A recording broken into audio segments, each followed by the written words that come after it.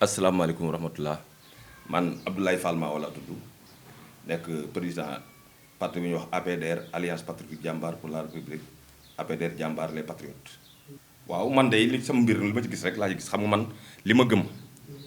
mooy mën naa distinguer lu ñu ma wax ni am na ak lu ma gisal sama bopp lépp lu ñu ma wax ne am na wala du ma ci dugg ba baax a baax mais dinaa def samay analyse li am nag man li ñu am na laa ni am na lu ma ci gis man ci samay analyse li ma jox ci sama gis-gis ci ma pertinence de ma vision permettre na ma am lu ma ci xam ak samay laaj ñi nga xam ni dal na leen ak ñi nga xam ni ñoo leen di topp état bi koy topp am na lu ma ci xam ki mu dal am na ñoo xam ci ñoom ñi ci dugg ñeneen laa xamul mooy mbokk Adja Sarr ak seen kii xawma leen mais ci seen i wax ak seen i gis comme man Kajoor laa dëkk mën naa ràññee dëgg ak fen dul tout 100% nag léegi li ngay wax ci laay xool li ciy dëgg ak liy fen parce que loolu lañ ma yar nañ ma tam ci entre ñaar ñuy xëccoo ci ngor koo xam ni kii mbër mu lukkiku la moo xam ne da ko ëppoon doole di ko duma di ko daan di ko defar lu nekk moom mu dem ba li jege si la mbër mu lukkiku mbër mag mi da koy ragal loolu jàng naa ko ci ah li ma gis nag ci Adja Sarr boobu ma wax tey maa ngi tudd turam yàlla na ma yàlla baal maa ngi koy baalu àq tam li tudd ak Sonko may tudd maa ngi koy baalu àq Macky Sall mi nga xam moo yor réew mi bu ma tudd turam li mu yor réew mi moo tax kon Macky Sall bu ma ko tudd rek li mu yor réew mi bu ko yoroon te du ma ko tudd ma Senghor tudd ma Abdou Diouf tudd ma Abdoulaye Wade comme moom moo yor réew mi soo ma nee Adji Sarr ni Senghor ni Sonko mën naa wax Macky Sall loolu laa ko tuddee na ma baal àq bu fekkee dama ko offensé bu nee Macky Sall nag waxuma Macky Sall tout court mais le président de la république de ma république le président de ma république moo tax ma tudd su yor woon sama état yor sama force de police ak force de défense et de sécurité yor sama justice yor samay finance yor samay oto jabaram nekk première dame sama jabar nekk une dame simple tudd woon loolu du ma ko tudd loolu tax ma tudd ko bu fekkee ne dama ko ciy offensé na ma baal mais tey dëgg ci li ma xam sama dëgg man laa wax de ma vérité dinaa leen ko wax tey naa ko mettre sur la table c'est ça qui m'intéresse mais gis naa ni li xew viol moom amul te bu ñu woon Sénégal yi yëpp teg kaamil ne waat leen wala teg bi ne waat leen kenn du ci waat ni viol am na mën naa am nag tëdd nañu leeruma mën naa am mais viol moom amul te Sénégal yi xam nañu viol amul xam ne ñëpp xam nañ ko li xew nag ñun ñëpp ñoo nekk en danger parce que tey code bi loi bi ni ñu ko tëggee mer na jigéen góor gu ne tey ma nekk en danger parce que jigéen mën na la mere wala mu santaas la nga bañ mu yóbbu la kaso parce que nañu xoolaat ni ñu tëggee loi yi ñun ñuy def politique itam am nañu benn problème mooy dañu dem ba ñun amatuñ droit def lenn loo xam ni war nañu ko nit être humain war na ko def ñun ay nit lañu ak lu ñu mën a laaj réew mi am na lu ko gën mooy moral ak éthique réew mi am na yor réew mi am na lu ko gën boo yoree réew mi te amul moral amoo éthique amul sens ki yor réew mi da ko war a yor ci moral ak éthique soo ko grec yi di ko wax ak latin yi bu ñu la nee am nga moral amoo éthique nga mer bu ne am nga éthique amoo moral nga mal sama maam maawu ngóor mi ñu ma tudd di wax ni bëgg du mat ngor mat te diggante dund na ak dee nag ñàkk jom xaju fi ñun politiciens yi bu ñu wax naan politicien la am ko droit Sonko am na droit dem fu mu bëgg surtout bu feebaree même bu feebarul nit la nañ ko considérer comme une personne simple li ñu wax naan ay war dem fii war dem fi man ànduma ci man mii je suis un homme libre gis nga ñoom dañuy wax rek ñoom ñëpp ay xarit lañu ñun ñëpp xamante ku ne xam na sa morom faute bu amee Sonko fotam bi principal faute bi mooy opposant buy émerger la man ànduma ak Sonko je compte ma ci politique ànd ak Sonko parce que bokkuñu maa ngi ñu def politique bokkuñu li mu gëmee politique di ko defee noonu man gëmee ma noonu politique te bu ma gëmal li Macky Sall def maa ngi ànd ak moom parce que boo xoolee ñun ñëpp def politique ku ne am na soo yoon mais nañ ko nangul ni juróomi at yi am na lu fi def ñun ay opposant lañu ñoo ko jëkk nekk opposant te li ñu wax ci pouvoir révélé ko ci pouvoir Sonko révélé wu ko def ko mais li am problème mooy Macky Sall moo nekk léegi coordonnateur principal u parti boobu ñuy Pastef c'est le coordonnateur du Pastef parti Pastef Macky Sall président Macky Sall boo xoolee tam moo nar a nekk directeur de campagne de Sonko bu deful na mu defoon Karim Wade ak na mu defoon kii comment il s'appelle encore Sall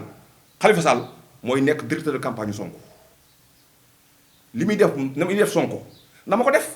ma jël réew mi parce que koo xam ne nga yaa ko ëpp doole moo amul dara mais il vient de naître en politique xamul dara amul dara mu ñëw ba tollu fii ba am 15% yi topp ah jar naa ragal su fekkee am nga vision ce qu'on appelle la vision conforme ca l'armée aw nga sa cible boo koy ciblé day am fooy jaar bu fekkee Macky Sall am na la vision conforme xam ne waa ji il est devenu un homme dangereux ci politique kon jarul nag muy def yenn yi bu fekkee Macky Sall dégg naa ko démb bu njëkk dafa waxoon ni bu ci kenn wax mais démb wax na ci il est obligé qu'il parle parce que moo yor suñu alal moo yor suñu pouvoir moo ñuy duma mu ñuy génn réew mi moo ñuy tëj su ko neexee Sonko suba dem fanaan mais bu ko neexee tam Sonko dem kaso kon bu dee sama yónneeku ci man Fall Maaw ànduma ci sama xarit la nag mais ci politique ànduna ci te kontuma ànd ak Macky Sall ci politique parce que bokkuñu ni ñuy politique bokkuñu ko dama gëm ni insecte xam nga lay wax gunóor yëpp ñëpp ay insectes lañ même yamb insecte la mais boo xoolee yamb li muy produire il produit di mel ñi def di déchets yi ñuy génn bu ñu ko génne ko lekk dee ko kon noonu la Ablaye Fall Maaw wuuteeg ñi def politique ñun defuñu politique pour alal kon am nañu alal yàgg na defuñu politique pour lenn parce que tey jii moo la xëy na tey Macky Sall tey li xew ba am ay armes yu génn ci université bi li ñu wax ñoom ça fait 1 an et poussière laa wax génn benn terme de référence def suñuy enquête def suñuy diagnostic def suñuy repère génn ni monsieur le président armes yi prostitution bi ak drogue bi mi ngi université document baa ngi ñu faale wuñu ce qu'on appelle le carnet directeur ñu wax ko voilà aussi le carnet directeur ñu ne ko président lii boo ko defee problème du amati université grève du amati dina manqué te du wax damay dina manqué ña fay jaay seen bopp dina dañ ña fay jaay drogue dina dañ jaase ak armes yi ak fédéral yi fa nekk dina dañ mais faale wuñu juróomi recteur yëpp jot nañ ko ministre bi jot na ko Macky Sall ci boppam jot na ko tey bu ñu toogee ñoom tey ba ni ay armes génn parce que ils sont échoués loolu dama gëm ni ñoom dañu échoué parce que bu ñu échoué woon du ñu ko wax ci problème Sonko la ñu wax ba tey rek mooy lii xam nga nit bu ñu ko yenee lu mu attanul wala mu ànd ak ñu soxor Macky Sall kenn ñëwul am na xam-xam amul xam-xam parce que ingénieur la quand même te nekk na poste bu ne yor na ko fi lu mu ñàkk xam-xam yàlla may na ko parce que fekkee na te war naa mën a jàpp te xam-xam kat bi gën xam ne di fekkee tey jàpp te moom fekkee na lu bari te war na am lu mu jàpp kon war na am xam-xam ñi mu àndal nag laa xamul seen situation lan la est-ce que dañuy yéeg ci garab gi dagg car bi yéeg ci kaw garab gi dagg car bi ou bien dañuy nekk di alimenté wu sur Macky Sall je me suis dit que buur booy ànd ak moom parce que mën nañu ko boole léegi mën nañu ko woowee baron Macky Sall mën nañu ko woowee comme un baron buur bu ñëwee tey di def baron bu ñëwee di def lu ko neex boo fekkee ne baron bi sa xarit la da nga ko ne monsieur le baron attention lii waru mën a nekk parce que du ma nangu ngay dee di ma dee àlleel parce que gis nañ fi ku ne nag pouvoir moom yàllaa ko moom keneen moomu kon ma wax ni li may wax ci diggante Sonko ak Macky Sall ak Adji Sarr du ñoom ñeent ki ma intéressé am ñoom ñett kenn intéressé wu ma ci dama yaakaar ni justice bi ñu ko créé sama justice la maa ko moom gendarmerie police sama gendarmerie maa li moom police maa ko moom Macky Sall mii maa ko fa teg sama alal la moom yor bii bu mu yëkkati sama alal la ko jëndee du ma nangu nag te ñooñu ñëpp muy justice bi ministère par un ministre muy Macky Sall muy Adji Sarr muy Sonko kenn mu si dégg bal bu tàkk guerre civile dafa ñaaw dafa yàqum réew ñi nga xam ne dañu ko pratiquer lu mel ni policiers yi certains policiers et les gendarmes et les militaires ñu ko pratiquer duñ ko provoquer celui qui provoque une guerre civile parce que xamul luy guerre civile celui qui provoque quelque chose de mal xamul gis nga conflit bu la jàngalee noo yorum réew dañ la jàng comment gérer un conflit boo mënut a gérer un conflit mënoo yorum réew lii xoole fi mu jógee ak fi mu dal mën naa bañ a nekk ci début ba la ñu am problème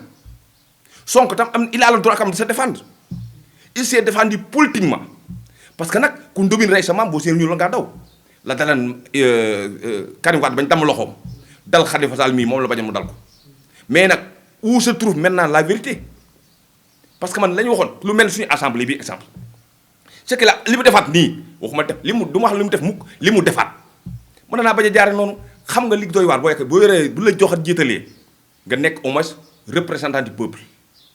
boo xam ni représentant du peuple bi kenn ngay représenté muy Macky Sall président de la République du Sénégal ñu dem ba ñu ni trois pouvoirs moo am pour man benn pouvoir moo am te benn rek moo am boo xoolee état de rigueur état bi ñu defar ni Sénégal gi nekkul état de rigueur benn pouvoir moo am mooy kii décider kenn la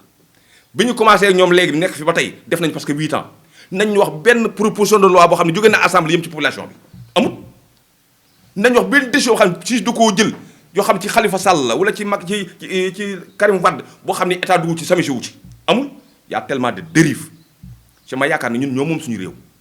dénkuñu ko Ousmane Sonko dénkuñu ko Adja Sarr Macky Sall lañ ko dénk. Macky c'est lui le playmaker du moment demain il va partir par A ou B c'est lui qui vit sa vie communique sans mort mënul ñàkk te li ma lay xamal mooy nit ki ka koy remplacer ci moom la ne da koy jege xeex ak nit ki taxul mu remplacer la ñàkk xeex ak moom taxul mu remplacer la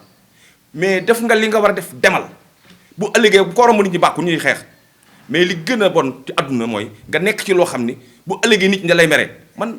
je suis amer je suis déçu à cause de mon ami c'est un homme que j'adore bien du ma ko nëbb fenn musuma nëbb sama bëgg-bëgg Macky Sall musu am mais la manière qu'il sert notre pays je dis que c'est pas bien Macky Sall kari nommé wuñ ko joxuñu ko présidence uniquement muy attaquer nit ñi joxuñu ko uniquement muy tëj nit ñi il fait du bien mais malheureusement ce qu'il fait de mal est plus important par rapport à ce qu'il fait de bien je crois que c'est pas normal boo xoolee le Mirador de cinq bii ci la ñu réunion ñoom les 5 ambassadeurs plus 5 états yi ci la ñu liggéey moom mii boo xoolee mi ngi ni suuf moom la ñu invité woon invité maa ko defar moom defu ko bu ñuy dem yëgaluñu ma ko te lii lépp ay ministres am ak i chef d'état-major ñoo ma ko bind ni ma document bii c'est un document important moom la ñu yóbbu ambassade yëpp am nañ ko président yooyu 5 yëpp am nañ ko mais li gën na rafet buy dem au moins mu ni kii moo tax maa dem parce que lii ñoom lii Augustin Tine moo ko bind Aliou Ndiaye moo ko bind le général bi nekk kii moo ko bind kon moom jot na ci ndax ñooñu moo leen délégué te ba ñuy dem document bi lañ yóbbu C5C lii lañ liggéey boo dégloo seen terme de référence bi yëpp lii moo ci nekk waaw ka ko defar bëggu réew mi tàkk ndax fii dama ko defar pour réew mi dox dama ko defar pour Sénégal ku xam ne Mali bu tawee Mali Sénégal lóor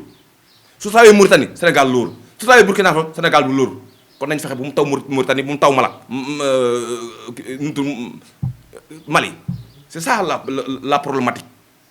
mais feeg yaa ngi opposé Macky Sall di opposé ay idéem yaakaar ne yaa gën idée man dama yaakaar ne maa gën idée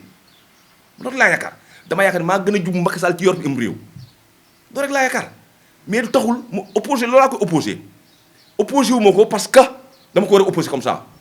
mais dama koy opposé parce que yaakaar naa ne maa ko dàq yor réew mi loolu rek la te gënuma ndey gënuma bàyyi gënuma nekk gor te ñoo bokk réew mi te fi ma jaaru fa loolu rek la kon mais am naa fitu nag ak fulla ak fayda xam ne lépp lu yàq sama réew dama ciy wax te lii fi ñu jëmee mën naa grave te du ma ko permettre Sonko Adji Sarr moom du ma ko tudd parce que jox nañ ko tur boo xam ne mérité wu ko jox nañ ko tur boo xam ne tey moom mérité wu ko mën naa dund ba dee Sénégal duñ ko xam waaw mën na dund ba dee Sénégal xam tey lu un fait bii am tax na Sénégal gépp foo déggee Macky Sall Adji Sarr Sonko Adji Sarr Macky Sall Sonko Macky Sall Adji Sarr mais c'est grave c'est très grave am nañu problème yu gën a grave communication bi ñu def démb ci coronavirus bi ci vaccin yi lu ko gën lan moo ko gën c'est une bonne communication c'est une communication extrêmement monotone mais c'est un repère en communication lu baax la parce que nit ñaa ngi dee boo demee ci àll bi ñëpp a ngi dee mag ñaa ngi dee ndax coronavirus bi nañ jàpp ca loola mu woote moom moo fi am problème bëgg démb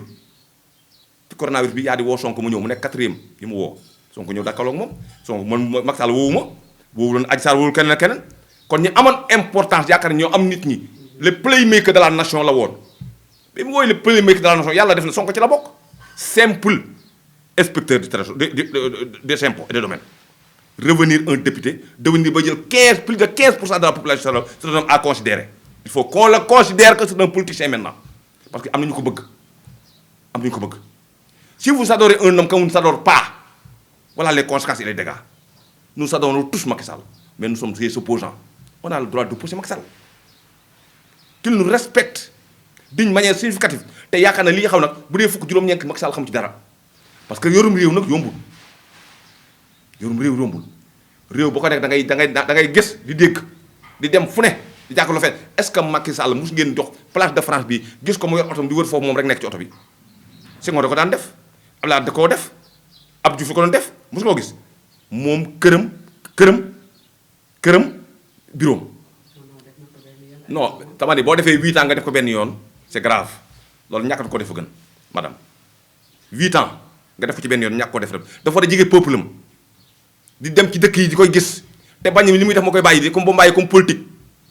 am na droit dem ba préfecture Njanjaar Maxafal sama dëkku maam dem ni waaw yéen góor ñi yéen ban problème ngeen am yéen jigéen yéen problème ngeen am ñu wax ko mu bind ñun nga ñee amuñu ndox amuñu courant suñu jur ga ñu ngi koy sàcc guddi ak bëccëg soo demee daaru musti ak daaru salaam yépp jur ga jeex na foofu moo ci gën a néew mu ànd ak mag ñoo xam ne ñi depuis 1953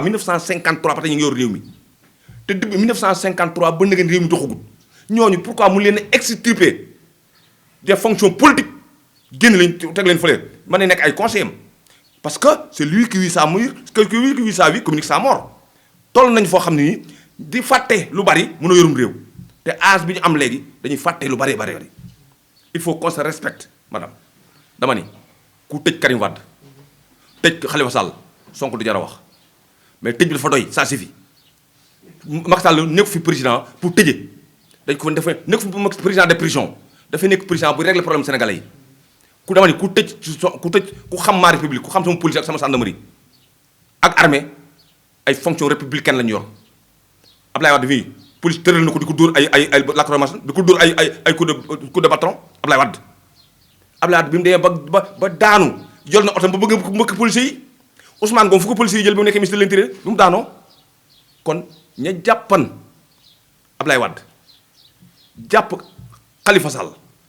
jàpp Karim Wade jàpp Idrissa Seck ëllëg mën nañu ko jàpp moom parce que man xam naa sama force de l'ordre yi ay force républicaine lañu ku fi nekk yaa fi nekk ba kenn nga fi jóge ak loo mën a def nag parce que l'armée n'est pas faite pour gouverner l'armée est subordonnée aux civils loolu laa leen di wax ne dama leen koy rappeler ñoom mais y a des ordres à ne pas exécuter tey fi ñu toll amul ordre bu ñu la ko joxee da nga koy analyser évaluer ordre bi doo ko exécuter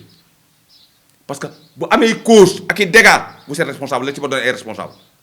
kon maintenant ordre bu ñu mën a jox ñoom bu leen mën a jox dañ ko analyser c'est un rôle égal parce que le commandement nekkatul un commandement par ordre c'est un commandement par objectif xale yi ndaw jàng armée yépp police ak gendarmerie xam nañu commandement yi nekkatul commandement par ordre defal nga def déet amatul les commandements sont le commandement par objectif le commandement kon dañ xool ni luy yàq réew mi bu ci kenn dugg ñoom bu ñu yàq réew mi bu réew mi tàkkee suba dañu dem seen mbokk dem bañu fi su ma permettre un policier un gendarme un militaire wala Moustapha Niass wala keneen ak keneen ma tudd sama ndiyaale ma tudd sama turam ak keneen ak keneen ñuy taal réew mi